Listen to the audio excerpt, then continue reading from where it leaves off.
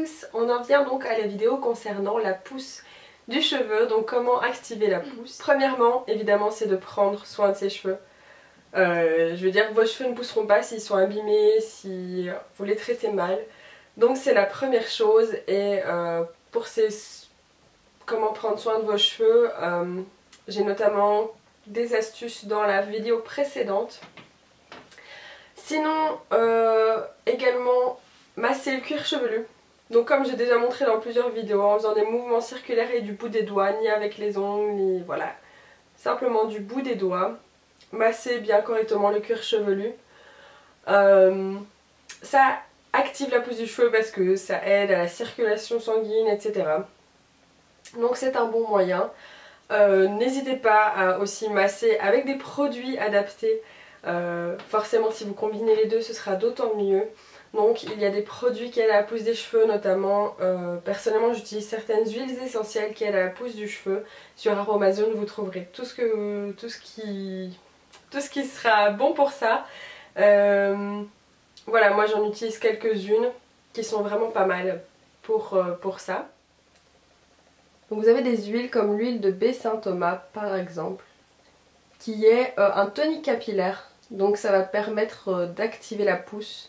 N'hésitez pas à rajouter ce genre de choses avec vos soins, dans vos shampoings, et de bien masser votre cuir chevelu avec ce genre d'huile essentielle. La sauge clarée, même chose, c'est un tonique et c'est stimulant pour le cuir chevelu. La menthe poivrée est un tonique pour le cuir chevelu également. Elle aide aussi à d'autres choses comme la digestion, etc. C'est vraiment une très bonne huile que je peux recommander. Donc celle-ci et toutes mes autres huiles viennent du site Aromazone. Par contre vous allez bien sentir le coup de fraîcheur si vous mettez ça sur vos cuirs chevelus pendant votre shampoing. Vous allez sentir vraiment cet effet frais. Donc je me dis qu'en été, quand il fait très chaud, c'est vraiment pas mal.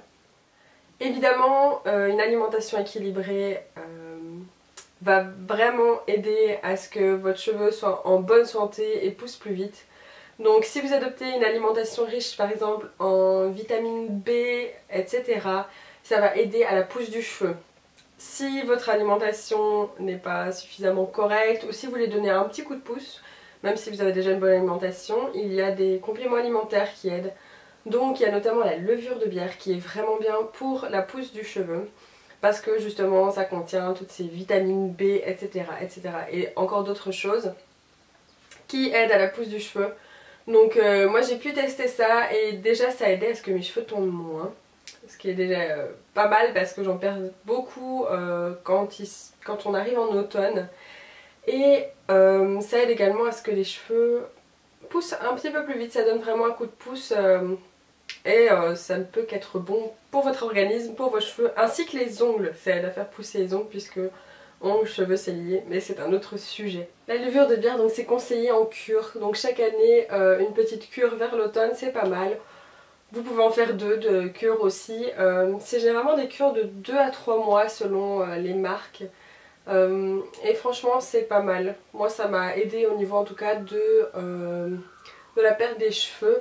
Et vu que mes cheveux poussaient très vite, je me dis que ça a dû certainement aussi aider. Et évidemment, il va falloir les couper régulièrement parce que s'ils s'abîment, comme j'ai déjà dit dans une vidéo précédente, les fourches remontent.